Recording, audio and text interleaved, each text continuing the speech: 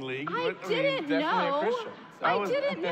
I was a new Christian. Like, I didn't grow up around this, so I just assumed, like, bowling league Jesus. Like, I did. Man, oh, Don't, man. if you're in a bowling league, like, I envy you. I want to because do you this. just said nerd Jesus. No, I did not say that word. Yeah, you did. It was implied. Do We'll you chat see tomorrow. what they do?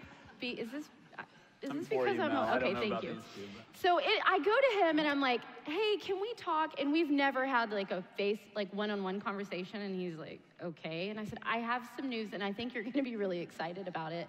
I became a Christian this weekend, and I really love Jesus."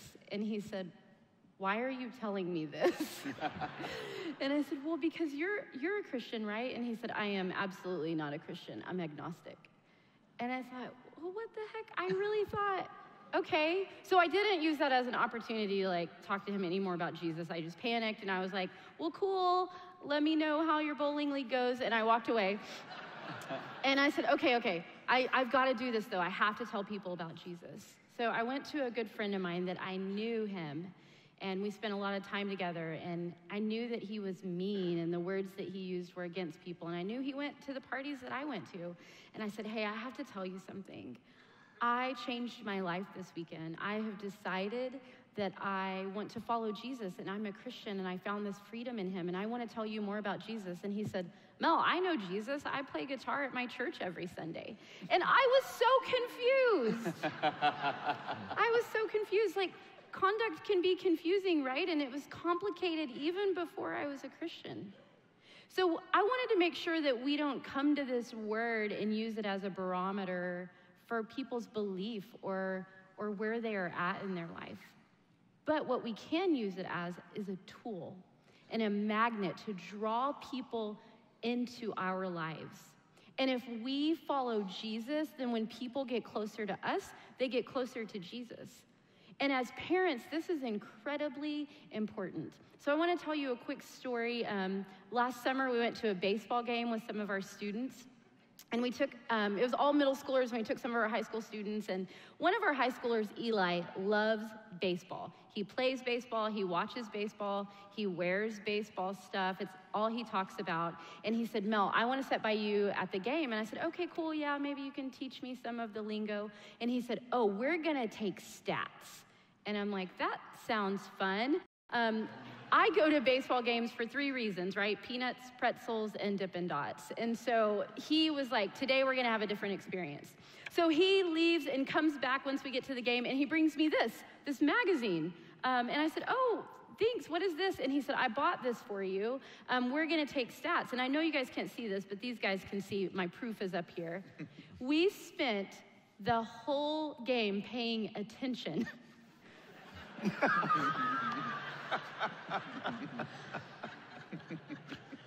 And baseball is long. It is so long. And so I paid attention. There's a little gap here. I had to go to the restroom, and I was looking for Dippin' Dots, but just a little sleepy.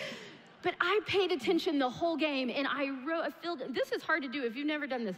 And I filled it all in, and we added it all up. And, you know, Eli knows that I don't love baseball. He knows that I love him. He knew that I didn't care about baseball, that I was doing this because I cared about him. And at the end of the day, I care about him because I care deeply about Jesus Christ. And what if conduct was used as a tool to prove to our children or those people that we work with that I'm interested in you? And because of that, you should be interested in what I believe in or what I say or what I do. When I started working here, I worked with Andy Roshkolb, our young adults pastor, and on his board it said, they don't care what you know until they know what you care. They don't care what you know until they know that you care. And we use that in our student ministry, but what if, as parents, we used that in our parenting? But we kind of want to say that doesn't really matter. Like, it doesn't matter if you believe I care about you because I created you, right? But what if they knew we cared, so then they cared about what we knew? One of our senior girls, she was giving me parenting advice. So she said, Mel, parents are contractually obligated to love their children. the one I said, I'm listening. And she said, but we are not in a contract to love you back. Like it's true, it stung, I heard that. But like, this is true. Like, I have to feed my kids and shelter them. And I have to love them, but they don't have to love me back. If we parented with that understanding, I think we would pay a little bit more attention to our conduct. And we would make sure that we were interested in our kids. So my challenge for you, for that one line that you have, is to maybe figure out a way to write down what's one thing I could do that they're interested in.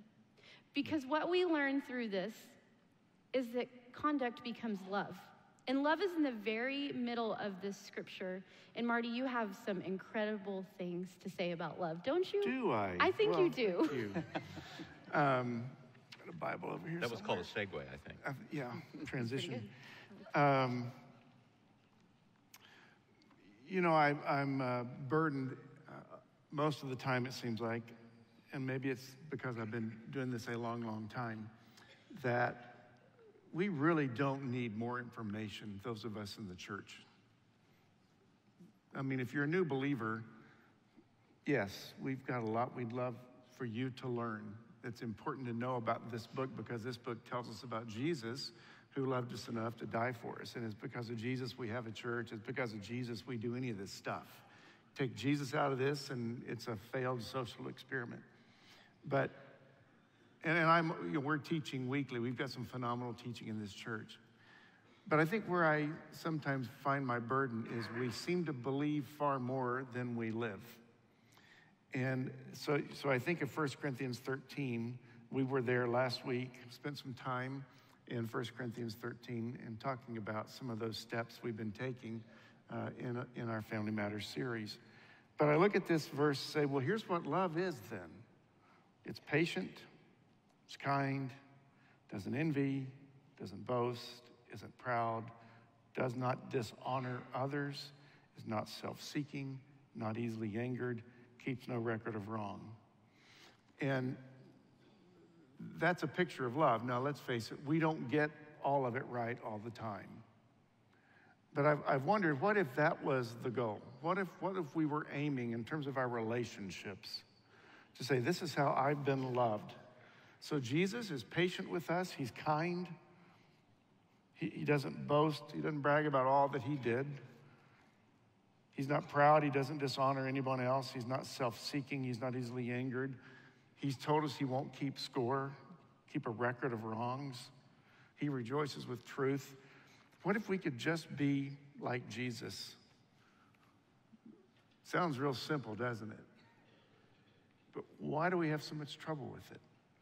And I think the thought or the advice I would give as we think through our relationships,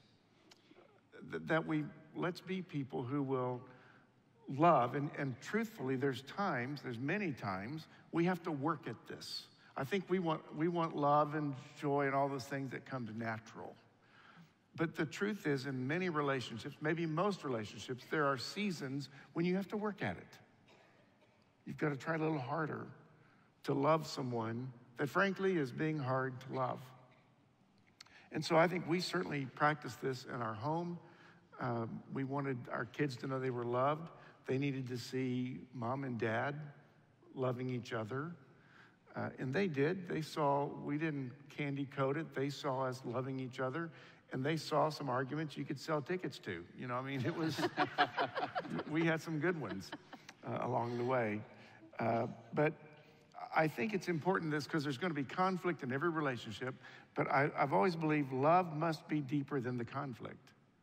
So if I'm constantly depositing to the bank of love within people around me, then when I need something out, typically I don't have to take all of it.